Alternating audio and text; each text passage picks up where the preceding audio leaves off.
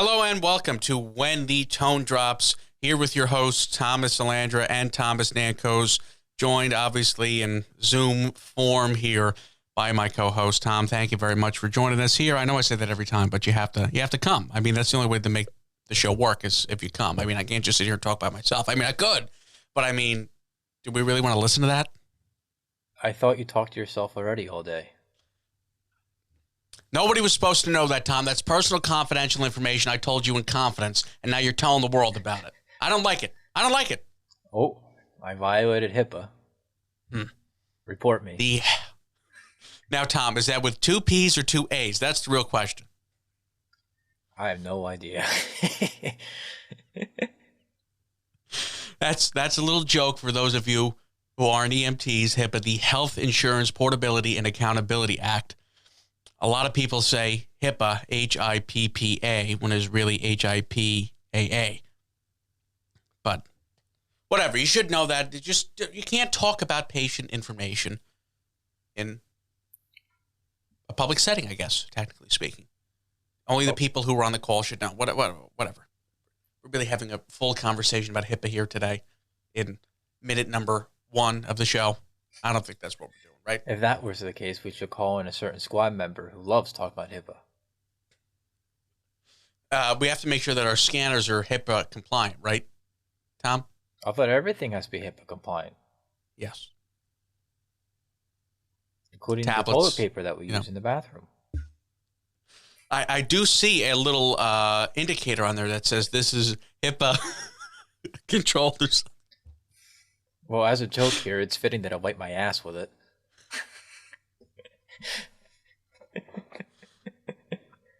Oh boy, going down the tubes already. Huh? Oh, we couldn't even start the show. So it's been a while since we came to. It's been over a week.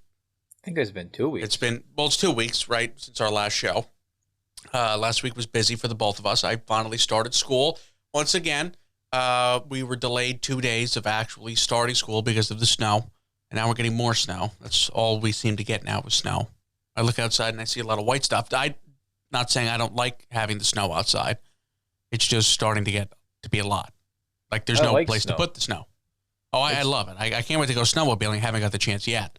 But, well, I did. Not with the last storm. Hopefully sooner rather than later. Correct. Before it melts. Yeah. So, Tom, some stuff to get here today. I saw this, a lot of interesting stuff. But before we get going here, apparatus safety, very important thing. There were a lot of accidents I saw in the last couple of weeks, whether it was cars being struck or apparatus getting struck by cars. I know that down in Maryland, Chevy Chase, whatever part of Maryland that is.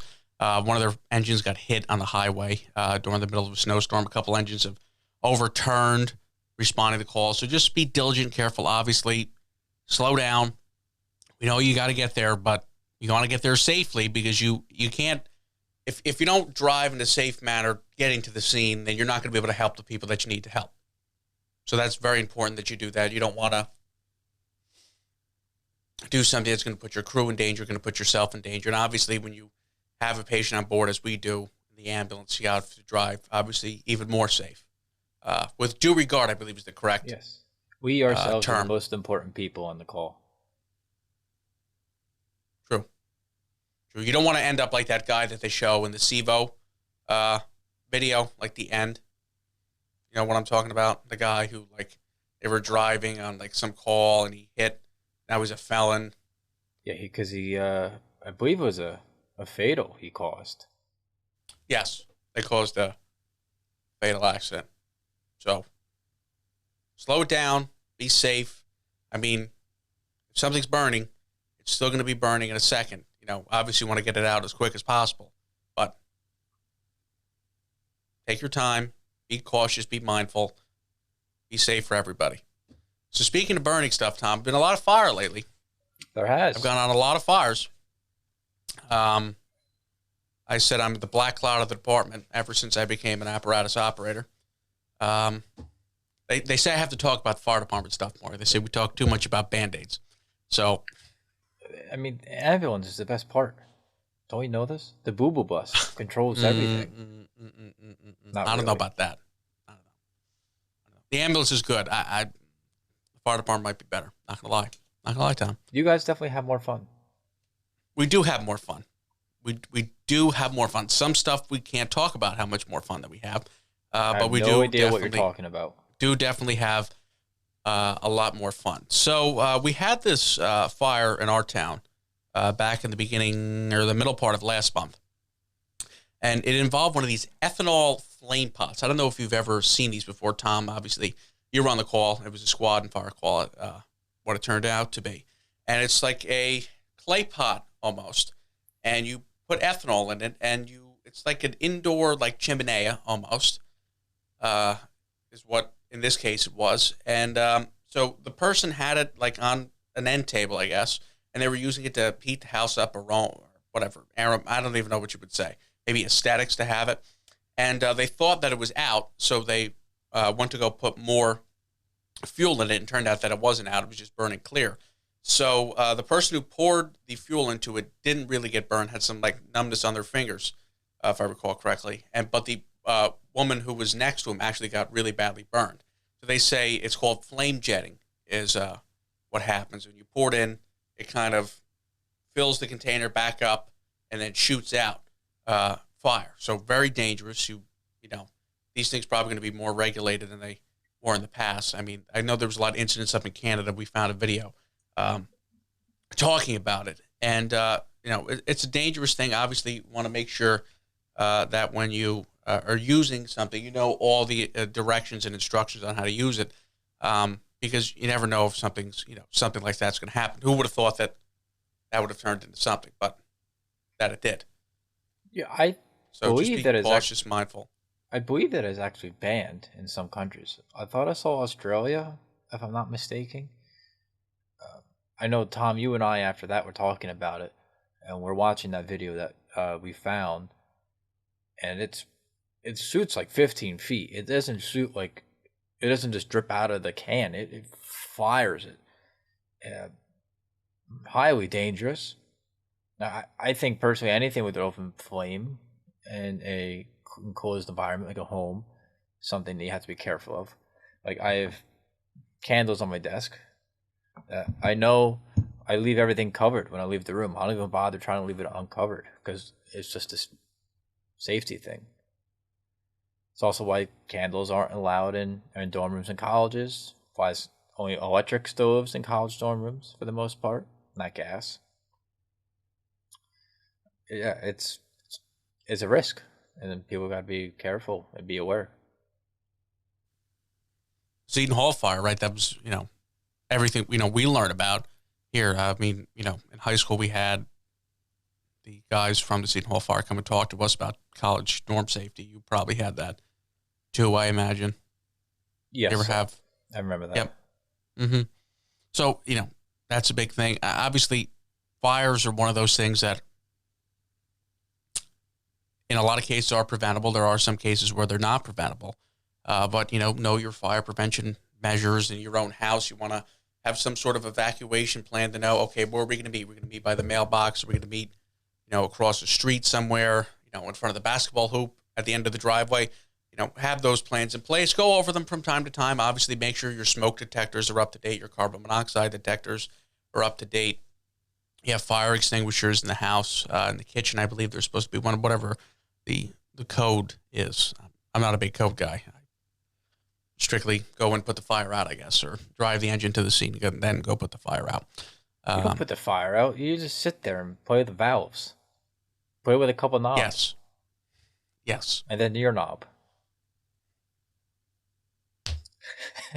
You make it really hard. Should I tell them we had to cut out like 2.5 minutes of the last show because Tom couldn't control himself and said some things that just had to go. just had to go. I couldn't have them. We would have been canceled on show number 3 if I let it go out the way that Tom was talking. I'm just happy I'm not the editor. That's all you. Yeah, I get the short end of the stick. Yep. I was trying to make you give whatever.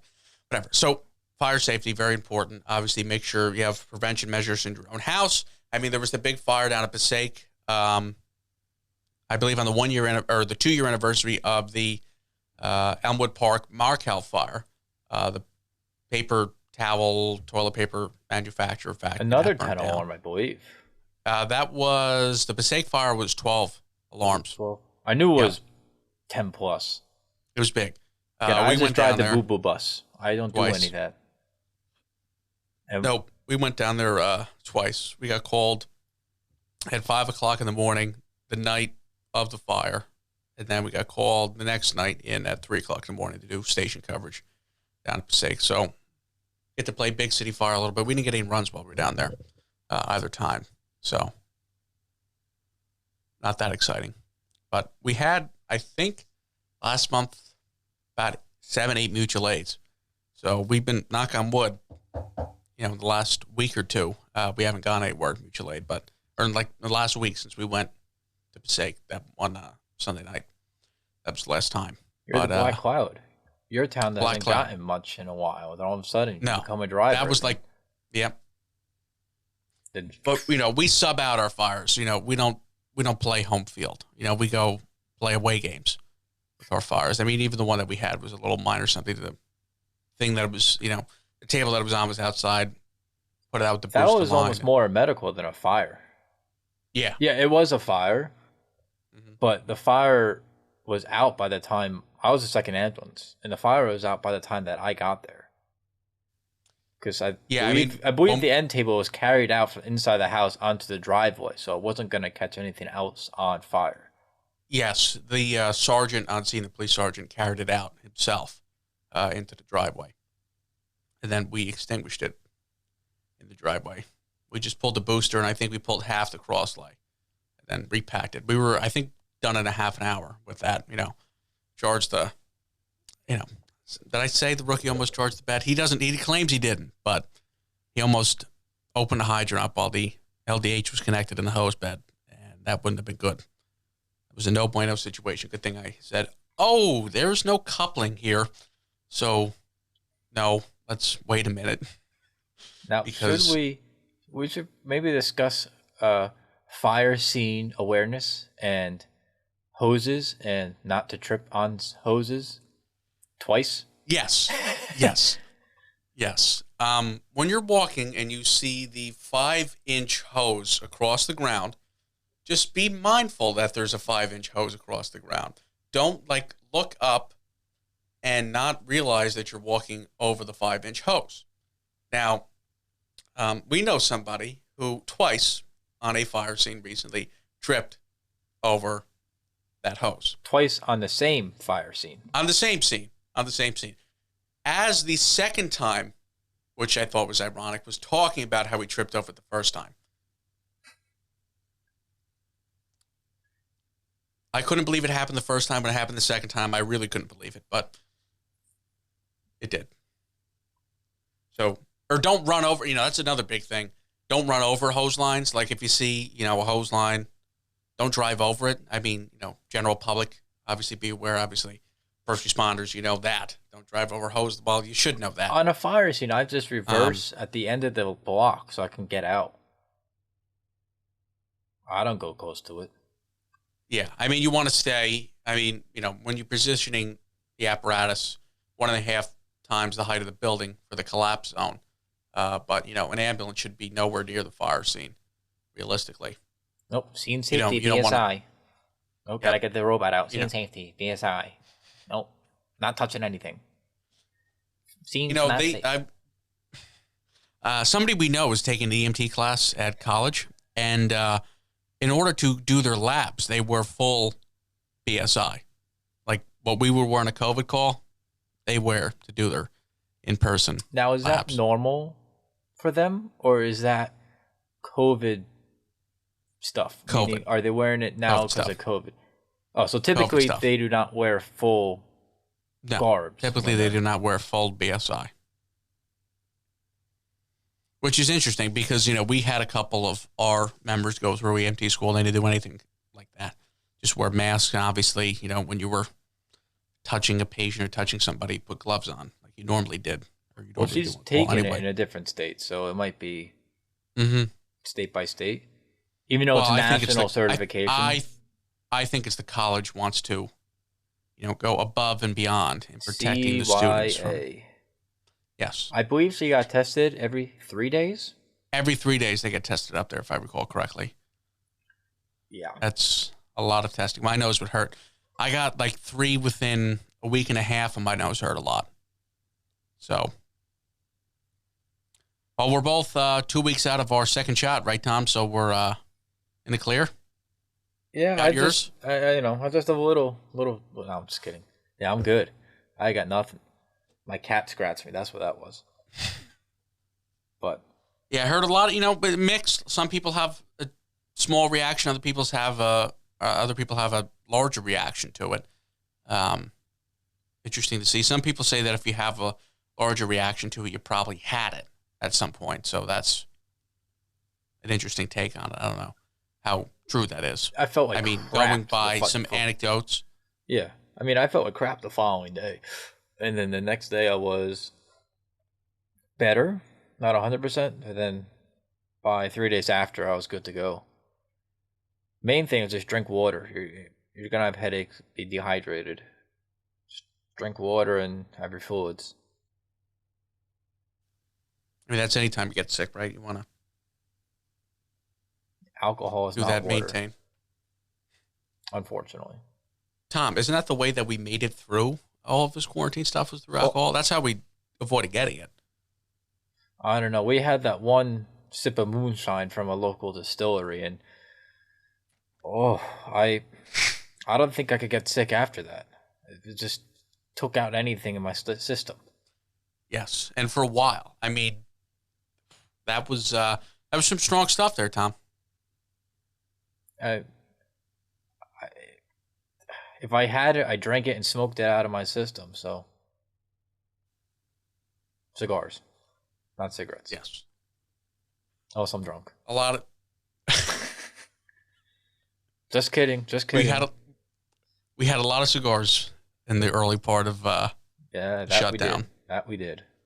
We're approaching 1 year to that, right? We're almost 11 months. I guess it's irresponsible to say we're going to have a party. I don't know, Tom. Would it be irresponsible to say that we're having a 1 year lockdown party? Maybe so. We're fully vaccinated. Maybe it'd just be like the two of us and like 40 other people. Yeah, we'll just do this virtual thing and celebrate each other. Yep.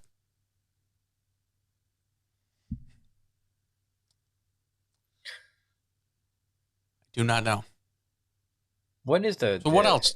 1 year anniversary? What's the date? I believe March 15th is the 1 year anniversary. Okay.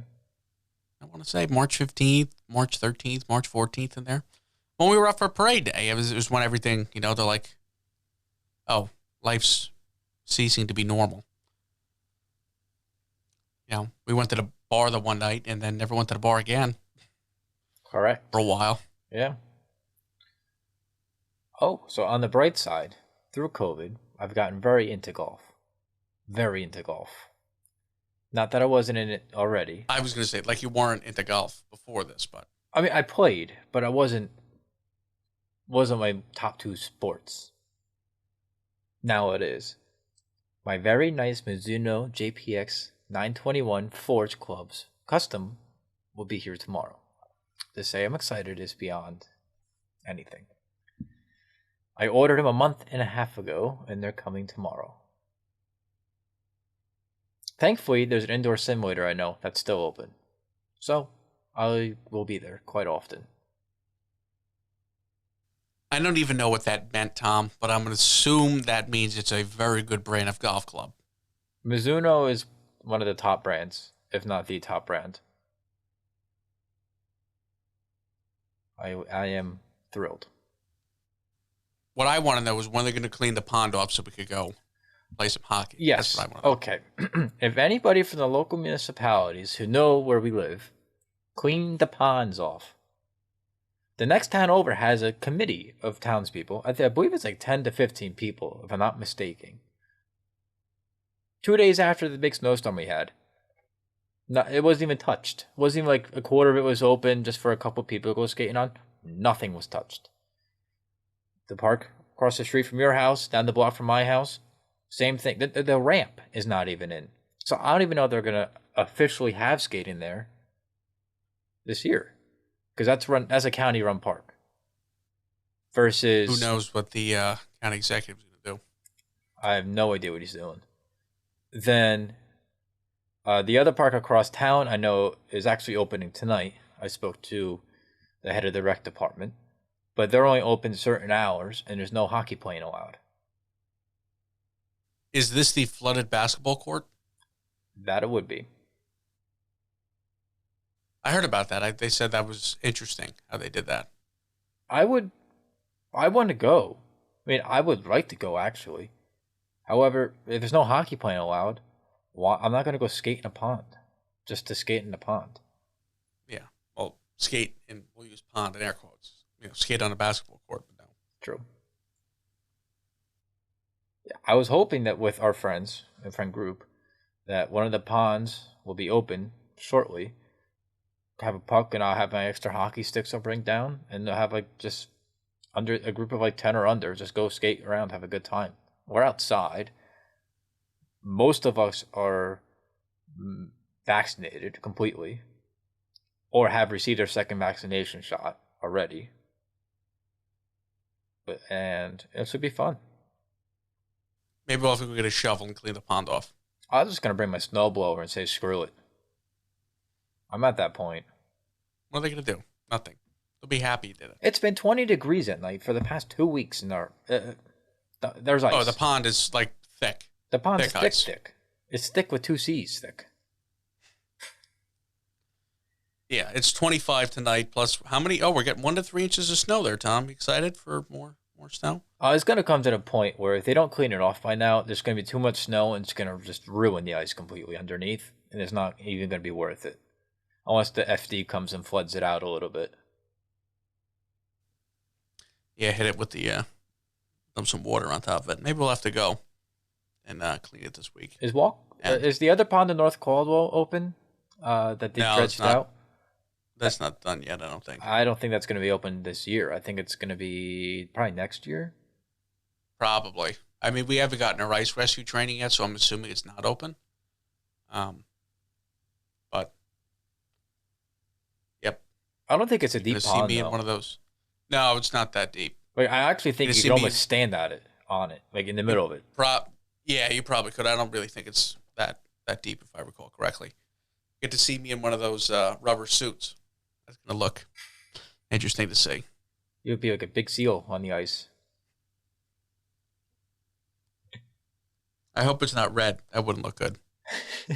Red does not look good. Are you wearing red right now? I'm wearing the fluffiest red sweater you could find. That's right. If no one see you bleed, Tom, that's a good thing. That's why I wear brown pants a lot. I wear black pants a lot. Black sweatpants. That's pretty much my go-to outfit every single day. If this were 15 years ago, I'd see Juicy stamped on your ass. Do they still make those? I might have to get a pair. But they were female pants, though, right? They didn't make them for men. The only time I've seen them nowadays is if you're on crack and live in Florida. I feel like everybody they arrest in Florida that I see in the news is wearing Juicy Couture tracksuits. I am not one for style at all, but I definitely know those are not in style. And we really went off topic for what our show is supposed to be. Have we even talked about first responders stuff tonight, Tom? I don't really think we did. No. Oh, okay. So we'll talk about it. So we mentioned the ponds and skating, and you haven't received your ice training yet. Do you think it'd be beneficial for our squad that serves 5 towns, so we're not attached to any FD? We're associated with the 5 towns, and we do work with the 5 fire departments very well, as if we were one cohesive unit for the most part. Do you think it'd be beneficial for our squad to have some sort of ice training? Maybe it would attract more members, saying, "Oh, look at this! They do some pretty cool trainings." It's a thought. Yes and no. Because from my understanding, when we get trained, we're going to be part of a joint dispatch with two other departments. That if there's any sort of ice rescue, we'll all be dispatched on it. But I do think that our, we obviously have our own rescue, we call it truck crew. That's separate from all of the Band-Aid stuff, you could say. I do think there's a lot more specialization in those areas we could do. Obviously, extrication's our big thing. That's our primary stuff we're focused on. We have a lot of stuff for high angle rescue, if I recall correctly.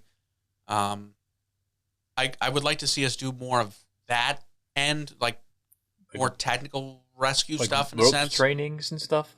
Like ropes training, I mean, granted, the county has their own technical rescue task force, strike team, whatever you want to say. So that really doesn't fall in our jurisdiction. I mean, there's a lot more stuff we could be doing. It's just how much training does everybody want to go and get done? I mean, because if you're going to do like high angle rescue, low angle rescue, I mean, it's a lot of hours to go back and go do that. Like if you want to get, I mean, we don't really have to worry about hazmat stuff because in the county, there's one fire department handles all the hazmat stuff in the county. So we wouldn't have to worry about that. But I would like to see us do more in the area of rescue. I mean, I don't really know how much more, like with the stuff we have in the area we would really need. I mean, ice rescue would be something good, but if you're already having 3 departments who are going to get dispatched on ice rescue, is it, worth having a 4th agency coming in? I mean, you can never have too much manpower, but I mean, for our agency, obviously we're funded fully through donations, whether they be personal donations or municipal donations. So I don't know if the cost would outweigh the benefit of what we would be doing. I mean, because it's going to be such a limited aspect of, when was the last time really we had an ice rescue type scenario? I don't know. An actual ice rescue? An actual ice rescue I scenario. have no idea. I know even a suspected. Like every once in a while, we'll have, little Johnny or Susie fell through the ice at the local pond, but it's knee deep and their feet get wet. Like, I haven't heard, or they fall on the ice, hurt their arm or break their arm, and there's not an ice rescue because the ice didn't fall in. It's just they broke their arm ice skating, and half the time they're not even on the ice by the time we get there. The biggest thing, obviously, since we're volunteer, is how do you, and the amount of volunteers across the state and across the country for this type of volunteer is falling drastically, especially in our local area. So how do we attract the most members to be a part of our organizations? One method is, there's multiple different thoughts around it, where one of them, people are saying, you should just go, like, give them a stipend or something so they volunteer, but then you do, like, this soft billing. Meaning you only bill the insurance companies, and you just take whatever the insurance companies will give you, and you don't pursue anybody you don't pursue anybody individually. Obviously, a whole bunch of nuances, and as to hierarchy. That's one method. Another method is, maybe we can do more training or more specialized training that might pique interests of different people around town. That's why we just talked about, is it worth it to do ice rescue training or high, low angle stuff? And the third method is just kind of getting, being a good PR for ourselves and saying what we do for our town and try to get a rally around a community spirit. and that's probably the hardest one to do. I'm going to take point by point there. So the stipend thing, we do that on the fire department, and the soft billing. Soft billing is probably the way of the future. Unfortunately, as bad as it is, we've always said since 1937, we've never charged anybody. Our services have been Volunteers free. Since 1937. Yeah, volunteers since 1937. So that's going to be, there's a lot of changes that have to go in to that. Obviously, there's changes that we have to do within the organization, changes to our vehicles that need to be made. So that's one cost. I do think we're probably at that point where we need to really look at soft billing. We've done the research. We had in the past, we've talked about it briefly, and then it was really never discussed again. The issue is that, you have, we were lucky this year with COVID that we had a lot of people who were very, very generous and helped us out. We were also very lucky membership-wise. We had, most of our members on the first aid squad are under 30 and in college. A lot of those members being that they were not in school. They were still schooling, but they weren't in school, like actually at their institution, meant that they were around to take calls during the day, which is a massive help. A ginormous help. Yeah, that's one of the issues that we face is that, and probably most squads do face, and the volunteer sense, is that you don't have the daytime crews that you used to have, 5-10 years ago. A lot of people who, we talk about this all the time, who you would have seen retire in an area like this and, ride a couple days a week or whatever, a day or two a week, doesn't matter, can't afford to live, on their retirement here because the cost of living is so high, and, move out of state, and you kind of lose that demographic of people that you would have had. So you're losing that. Plus, our organization's in a unique place where we have 70 members, about under 30. Am I correct? Out of our 100 and so around there. Active members, about 70 of them are under 30. I would say 2/3 of our department is probably under 30. Yeah, it's probably a safe estimate. So you have that. You have the few older members who are 60 plus, and then you have some of those members like 45 to 60. But then you really don't have that member 30 to 45, right? That's what we're missing for the most part. And that There's was here and there some, but go ahead, Tom. So with that, when I first joined the squad, there wasn't a moratorium on junior members coming on, but there definitely was we're going to slow the process down, because at the time, certain people felt there were too many younger members on the squad. And maybe there was. I wasn't on officially during then, but I filled my paperwork out in October, and I wasn't officially voted in until January. And my father, my mom, multiple relatives, and family friends of mine were all part and high up on the squad at the time, and that still are. And it's annoying for the younger people, because if there is a moratorium, we'll say, and now we have high school kids that want to apply, and more often than not, they're going to be the resume booster, and then once they go to college, they're going to phase themselves out. On our department, we have a 3-year rule to earn your EMT, and if you don't get your EMT within 3 years, the appropriate steps you're supposed to do is resign. Now with COVID and EMT classes being canceled, that's been kind of just pushed back.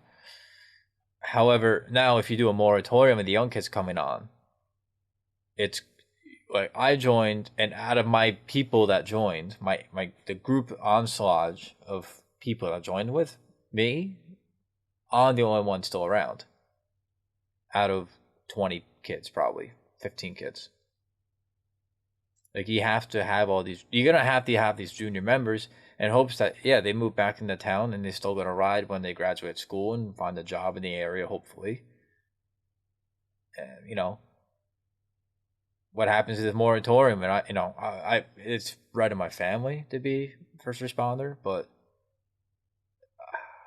what if I'm Joe Schmo down the block and parents are just typical jobs, do their own thing, but he goes, oh, I want to do medical fields, so I want to get my EMT cert or something, or I want to see what this is about, I want to be an EMT. Then you have the chance of blocking that kid, and then you're potentially not gonna retain people who are after college graduates and have a full-time job and are young in the community.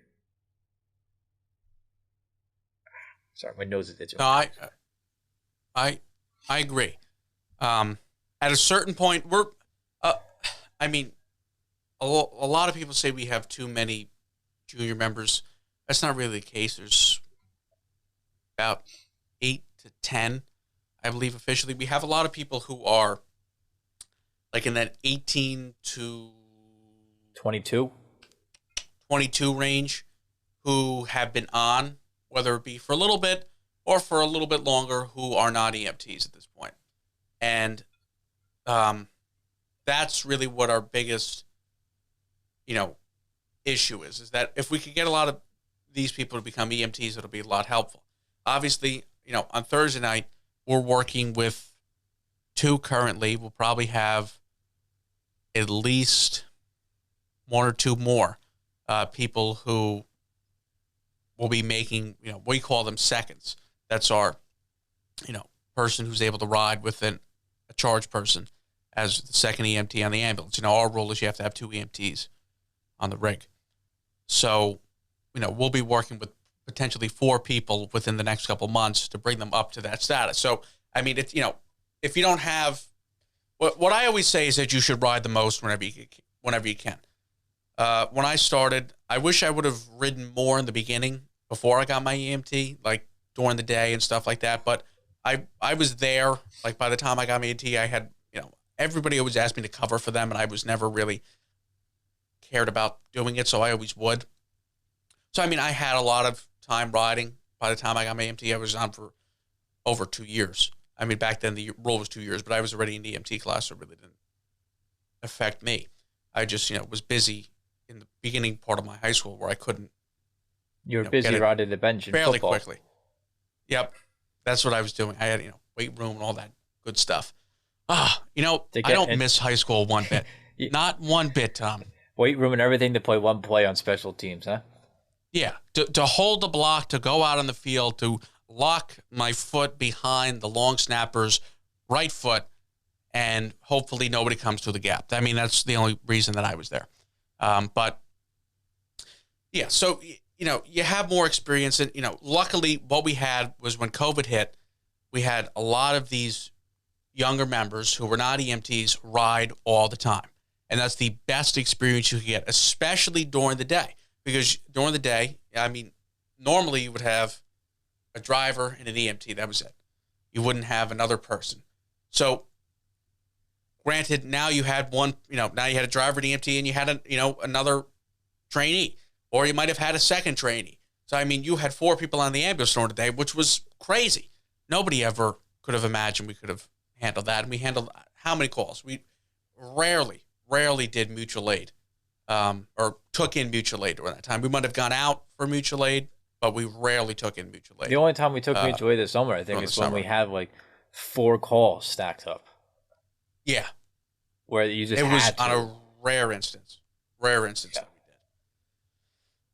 So you gain that experience, and then, so those individuals, that when it comes time for once they get their EMT and time to make them a second, it's going to take a lot less time for them because they already have that experience. They're already comfortable on the ambulance because you kind of teach them to do the stuff without having the full book knowledge. You teach them patient assessment. You teach them, minor treatment stuff. You teach them how to talk to the patient, how to gather information, sample history, OPQ or SD. Don't ask me to say that. Oh, We got a funny fast. story about That's that. new. Fast. Fast, yep. The rapid Scene stroke. safety BSI. Yeah. Scene safety BSI. So, the people who have that experience, it'll be, easier to bring them up. And then you have some people who've been riding for a long time who really don't have that level of experience. So it's going to take a little bit of time to, make them seconds. So, you kind of have to work that into your equation. But I want to go back to the three things you mentioned before. We kind of got pushed into this. So we talked about soft billing. Soft billing we're going to need because we're not going to be able to get the donations that we once did to fund our operations to the fullest extent. Things are more expensive nowadays. Things are crazy expensive. PPE is ridiculously expensive, and we go through how much PPE. Thank God we got those Envo masks. Before the Envo masks, because I think it was like $8 per mask. Yeah, it was something crazy, like $8 to like $9 for an N95 mask a piece. And Per I mean, we mask. would be going through, per mask. No, I'll just highlight per mask. mask. Not per box, per mask. No, yep. Where it was only maybe $1 or something before that. I mean, good thing we had a supply in the beginning, to get us through.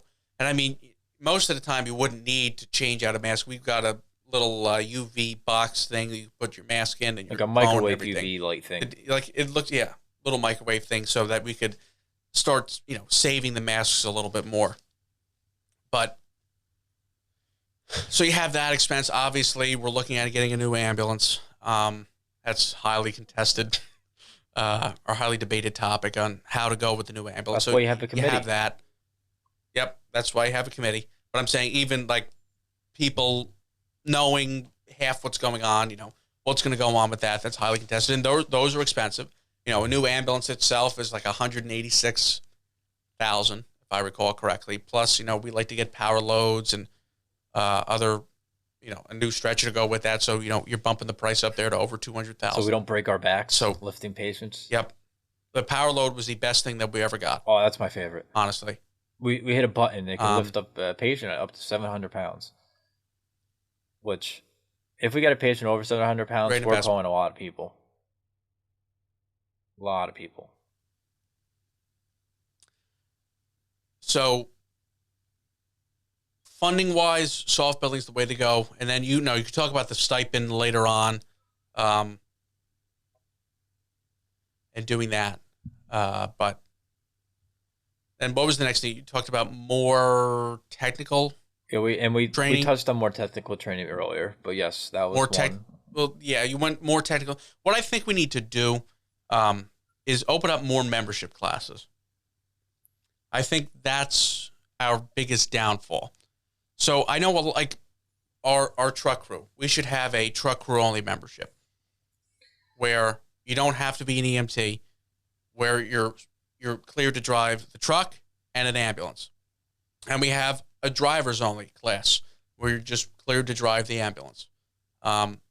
Obviously first aid trained, probably CPR trained, whatever, because the state mandates you just need one EMT in the patient compartment during transport. That's going to be the biggest beyond. thing. So if we get, so right now in New Jersey State First Aid Council, oops, I didn't mean to say that totally, but in our First Aid Council, scratch that for New Jersey part. So in our First Aid Council, what's the current rule? Is it 2 EMTs per, or is it 1 and 1? One. No, it's 1 EMT in the patient compartment. Our squad rule is 2 EMTs. And so then that puts us in a potential bind. Or let's say if somebody is a past active member, doesn't want to maintain their EMT, right? But still can drive an ambulance. And they just don't feel like, they don't want to lift that much. They don't want to deal with the stress of dealing with patient care, but they say, hey, I still want to help my squad. And so they go past active. Or they don't have time just to maintain their EMT cert. It takes a lot of time now with our state changing the regulations. Where before it was like 110 hours, now it's 220 hours. And this, I don't know if the number of CEUs changed, but I know getting EMT it doubled in time. And now is all the additional trainings. But let's say, hey, I'm going to go past active. I can still drive an ambulance. and I'll just take an EMT with me. There's nothing wrong with that from a state perspective. Now, people can agree or disagree. Now, that's their right. But that's something that we have to consider as a squad. And a bit. Sorry. Yeah, go ahead, Tom. I was gonna. I'll interject in a sec. No, I was gonna say volunteerism's down, obviously, across the state, as I said earlier, and trying to maintain a purely volunteer service on a shoestring financial budget, which is purely from private, corporation and municipal donations, is incredibly difficult. And there needs to be a way that you or we, as an agency, have to alleviate some of the difficultness, if that makes sense. It does. Now I forget what I was going to interject with, so that's good. Hold on, let me think a second here. I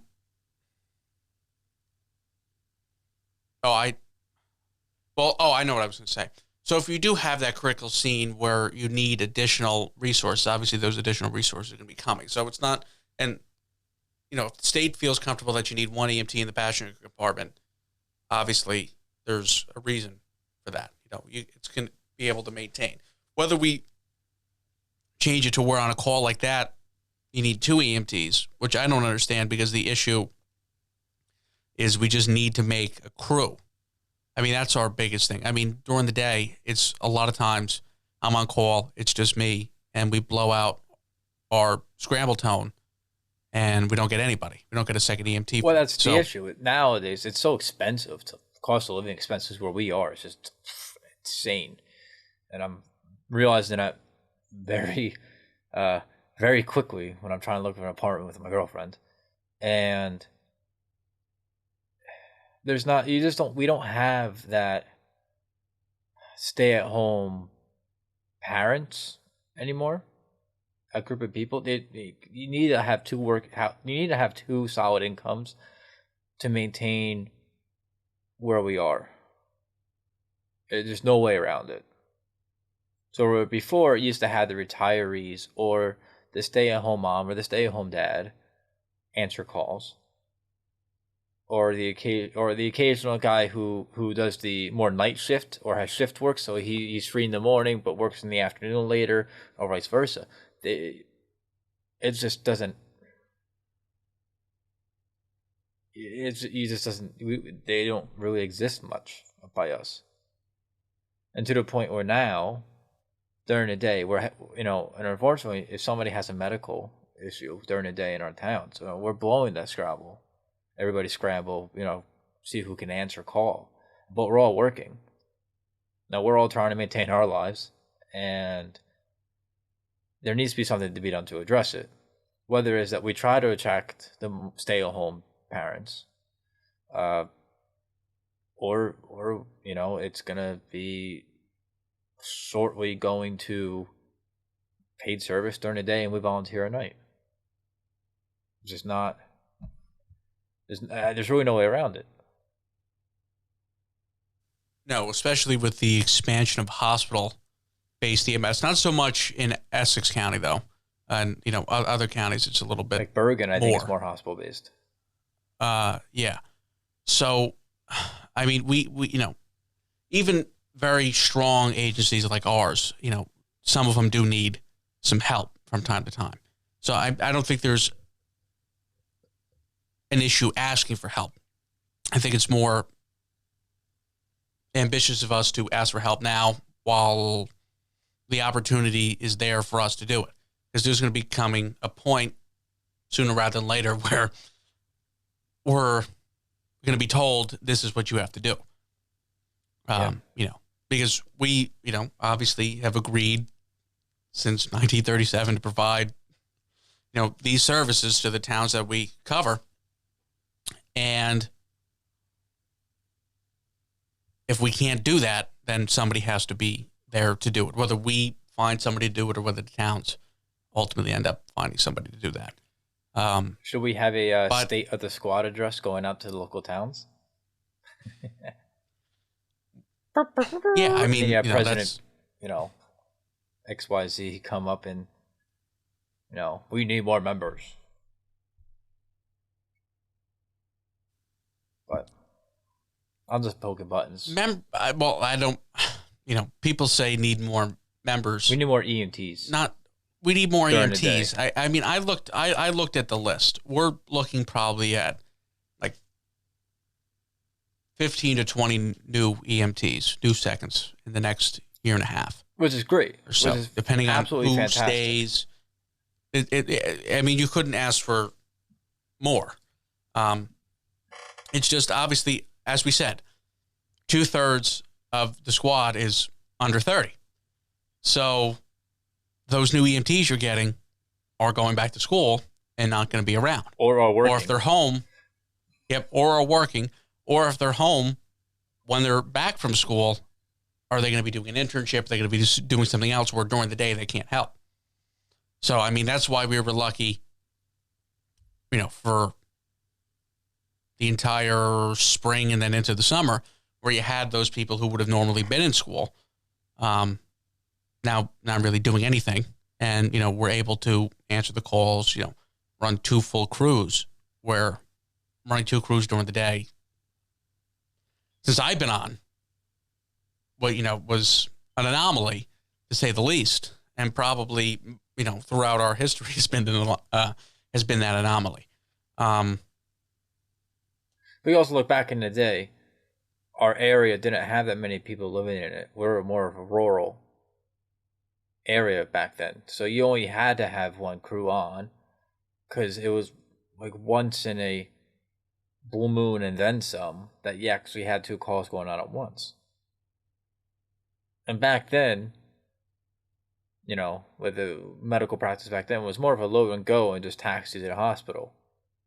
Versus now, there's more of a, not more of a stay in play, but, we have medics coming and introduced MICUs and everything else that we can. It's advantageous sometimes for us to stay longer on scenes because the patient will actually get quicker health care versus just loading and going to the hospital. I mean, from 1937 till today, a lot of stuff has changed in the way you do patient care.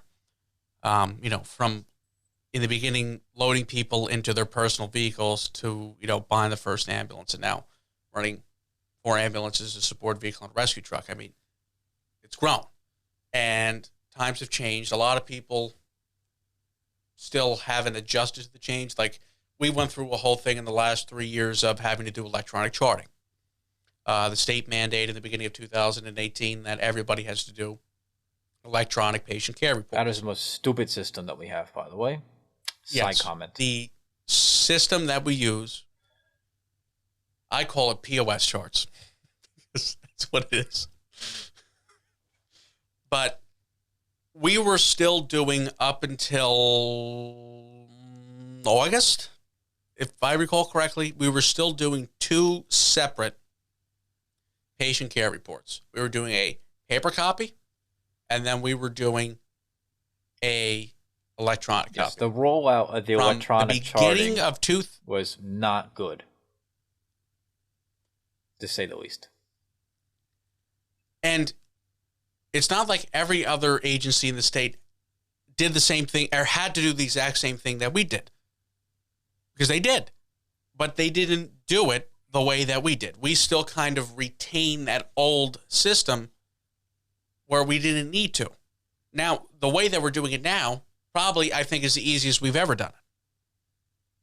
Personally speaking, we do have tablets. We don't really use them because they don't really work that well.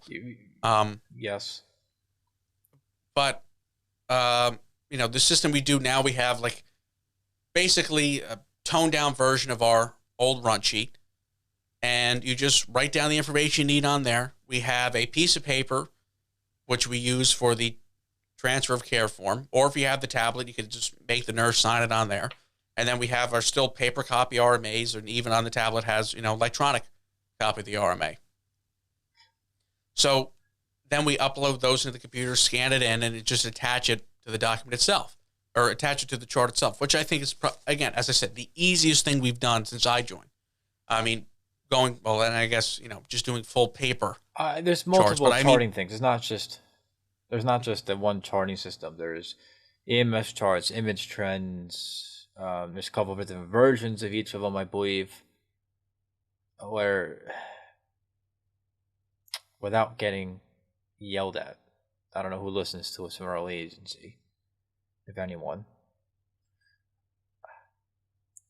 It was done kind of quickly, swiftly, with not a lot of concern for what the end user interface was. I don't remember a committee being formed on this. I don't remember it being discussed or brought up in a meeting. It just pretty much said, this is happening, this is what we're doing. If I kind of recall correctly, I believe it was relatively, the state said in like December, oh, by the way, you guys all have to go to electronic charting. And then like we had a it was fast. Move or something. Like if I recall, it was like a fast period. So there really wasn't time, but a little bit more input should have gone into the system that we use. You really can't, you can change it now, but I mean, everybody's kind of learned how to do it for better or worse. What I like, the reason why I say this is the easiest thing we've ever done, the way that we've changed, from doing both paper copy and now, electronic copy, and now just doing the electronic copies, because the electronic copy has a lot more stuff you could put on the chart than the old paper chart could.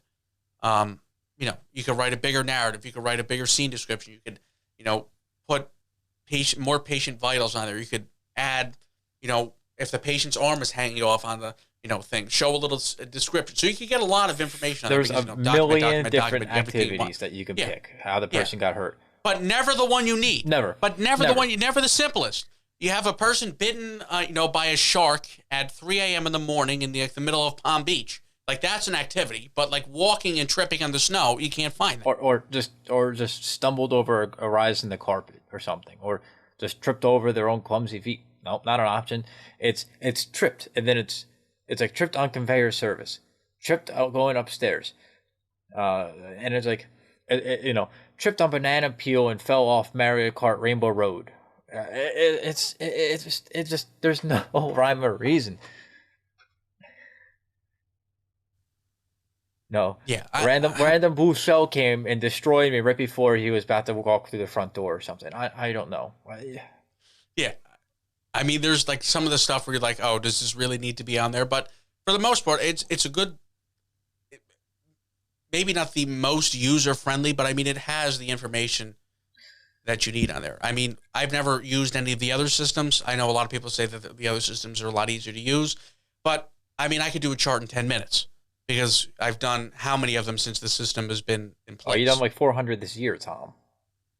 Yeah, so I think I've looked I've probably done like 800 of these charts, close to it, since we've gone to this system.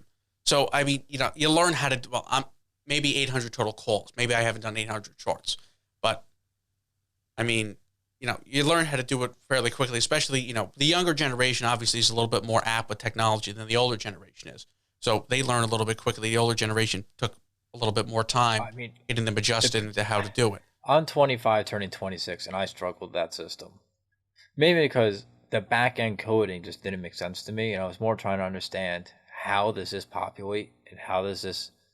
There's no uniformity. There's 9 pages of paperwork. There's no uniformity from page 1 to page 9. 0. It's like they took 10 different coders and just said, you design this page the way you want to design this page. Now, some items you have to save and close. Other ones you close and it auto saves. It's just so bad. If the coding was better, the back-end system was better that supports the user face, it would be a million times easier to use. Because then there'd be uniformity where what you have to do each page. Not saying you hit close and you go, oh, son of a, the medications didn't save. Got to input, and usually it's the patients that have 40 different medications. And you're sitting there typing everyone out from Klonopin to baby aspirin to vitamin D to I don't know, like anal cream for what? Metoprolol, Losartan. I mean, I could probably name half the medications that are in, the medication dictionary at this point. That's how many I've seen. But, I mean, what's good about that is at least you know what the patient's on. You've seen it so many times. Like, oh, they're on Losartan. Oh, okay. I'm just happy that the patient information saves from call to call. So if you had the same patient multiple times, they're already in the system. Now, what was good about having the tablets was that if you had that patient who was already in the system, you inputted it there, you already had all their information ready to go. Whereas, James Doe, are you still on Losartan, 25 milligrams, or you know what I mean? Yeah. I mean, that was the good thing about having the tablets to go and, have that information right at your hand. You don't even have to go look for a medication list. You say, oh, has really anything changed since we were here 2 weeks ago? No.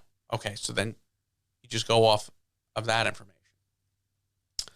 So I was trying to circle back to the three things you mentioned. I can't remember what the last thing was. We hit them all, I think. It was we probably hit them all. It's soft billing, and attract the people in the community whom are stay-at-home or at least retired. Yeah. That's difficult. That's hard.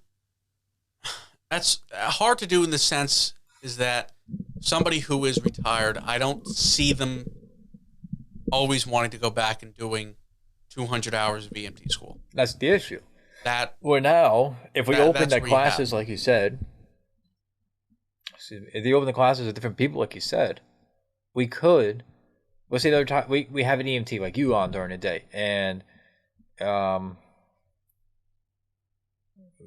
Grandma Susie can drive the ambulance to the call. Legally, that works completely, 100%.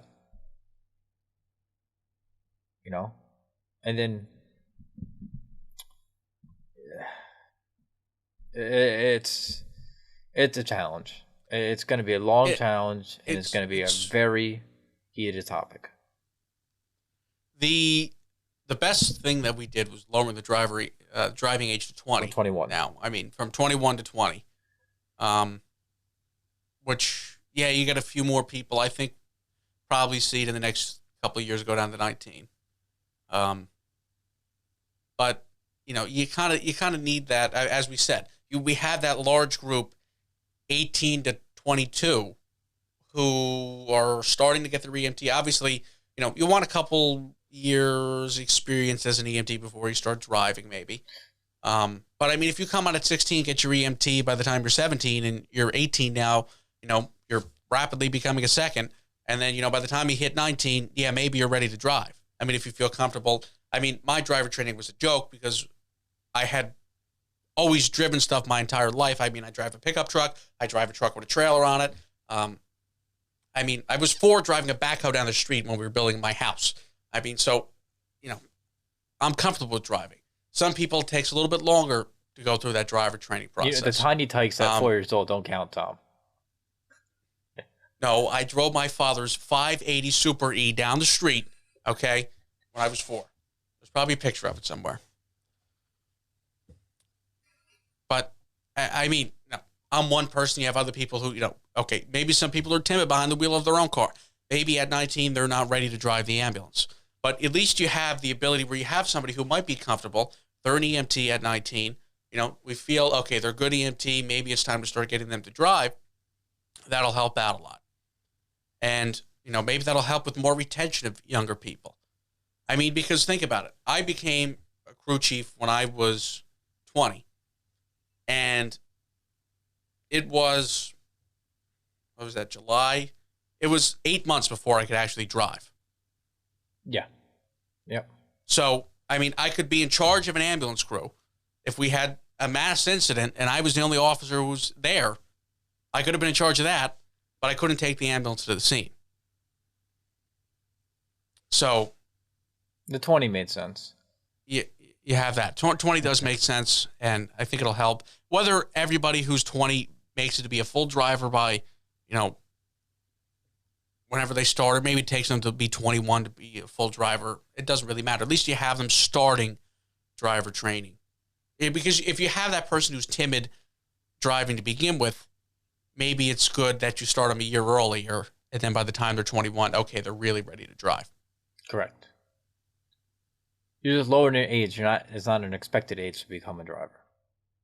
Yeah, it's not like you're expected. Okay, you're 20. You're going to start. Here are the keys. Let's go. 4 months. In 4 months, you're going to be driving the ambulance to and from the hospital in every which way.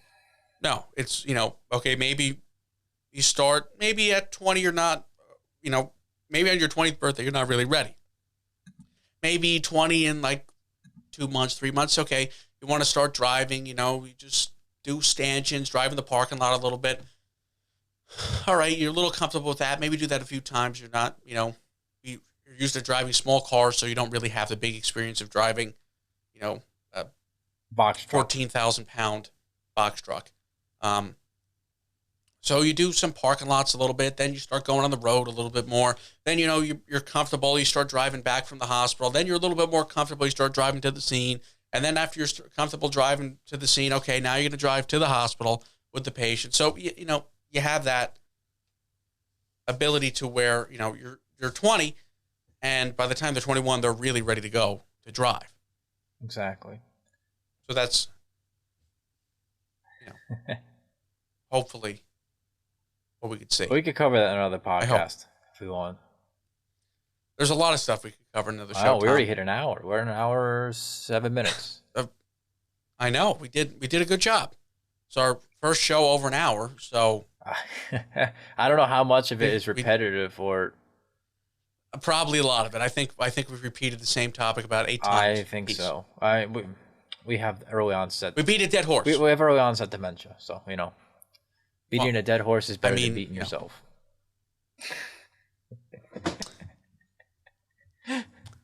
Very true, Tom. Very true. And anything else before we go? I think I'm pretty talked out. Not gonna lie. Yeah, same here. I got homework to finish with my dumb grad school class with the professor that doesn't update grades until you yell at him.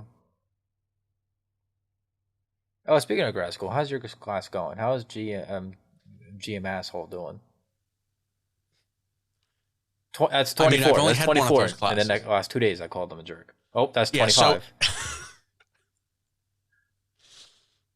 So let's see. This semester I have 2 undergrad classes and 3 graduate classes. Try hard. I'm not. They're all going well. We really haven't done much in either of the classes. 2 of my grad school classes. Well, actually, all the grad school classes I've only had once, and then I'm having my first grad school class twice tomorrow night.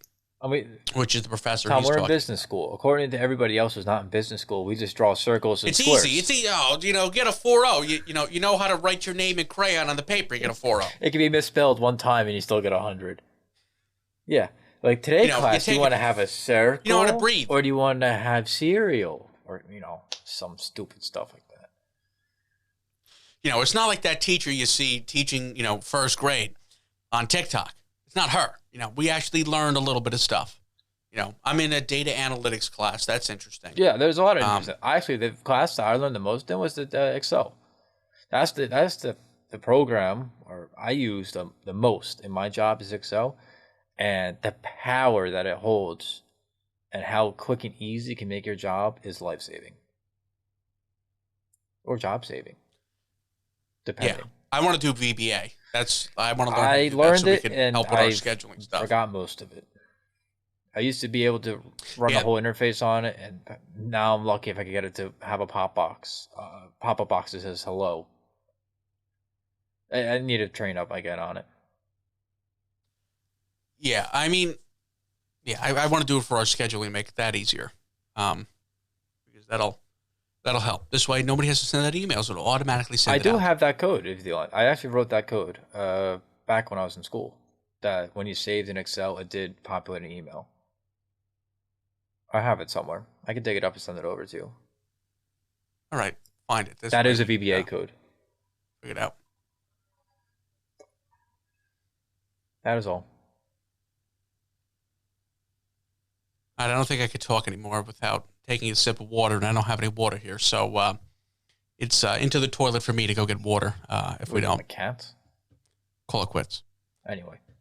All right, Tom. That was a good show. Did you see the video of the little kid drinking out of the doggy dish? That was No, cool. I thought you were going to talk to the lawyer that had TikTok. the say I'm... Oh, the lawyer. Oh, the Zoom. Hold on. I was going to do that tonight. I was going to end the show. I can't reach the computer, by the way. And I was going to put my face on the cat and be like, I'm not a cat, by the way. I'm a lawyer. I'm not a cat. I saw that last night, and that made me laugh. I'm a lawyer. I'm not a cat. Yes, Tom, if you were a cat, you'd be one of those hairless cats, you know. There's not an ounce of hair in your body besides your face. No, Tom, I got hair. I haven't fully shaved myself. You would think you were a swimmer. In a long time. I don't like hair. I'm sorry. You know, what we really got to do is get a sponsor. And you know who our sponsor really has to be. Yes, and that sponsor needs to replace my charging block. It broke on me, and it's 3 months. And no, it's not from overuse. You know,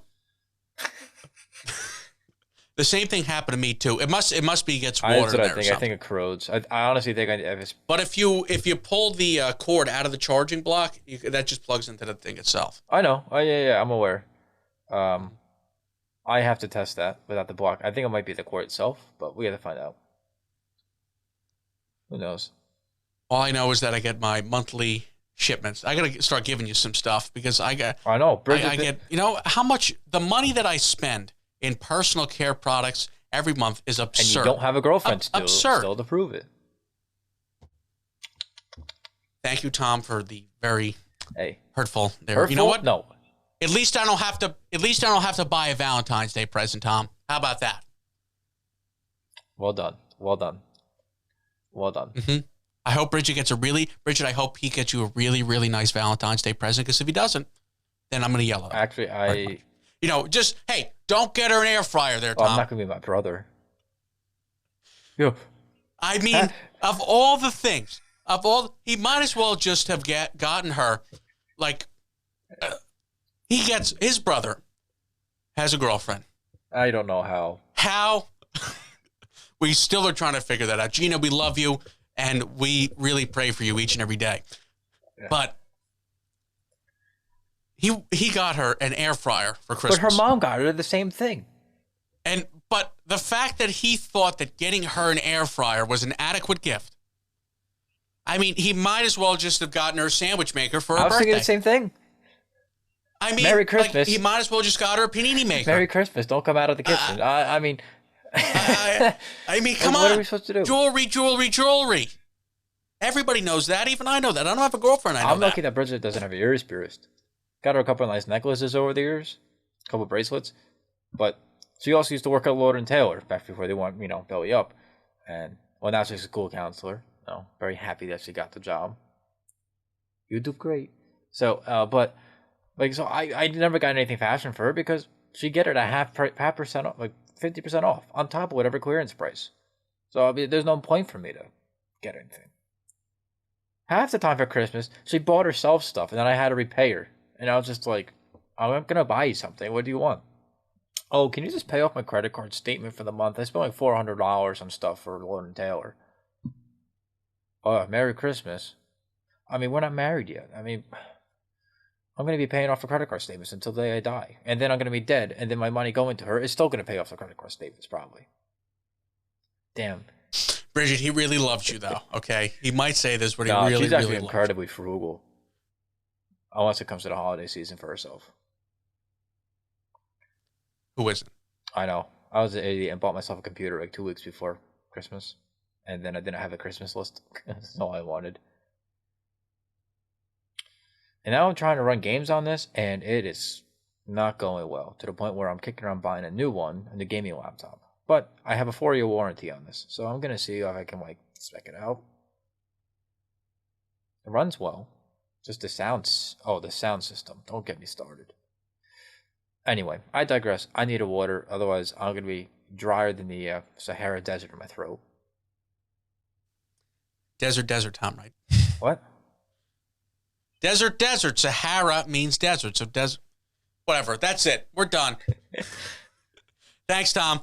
It was a good show. I think our best one yet. I think so, too. I think next time we actually come with a a whole list of things to talk about, so we could chronologically go through stuff. I mean, we say that every time. We say that every time, but we never do. We just wing it.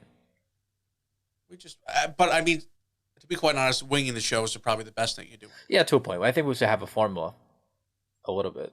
I think so. Well, we'll talk about it. Yeah, we have a beginning, then whatever the hell we talk about, then the end. Yeah.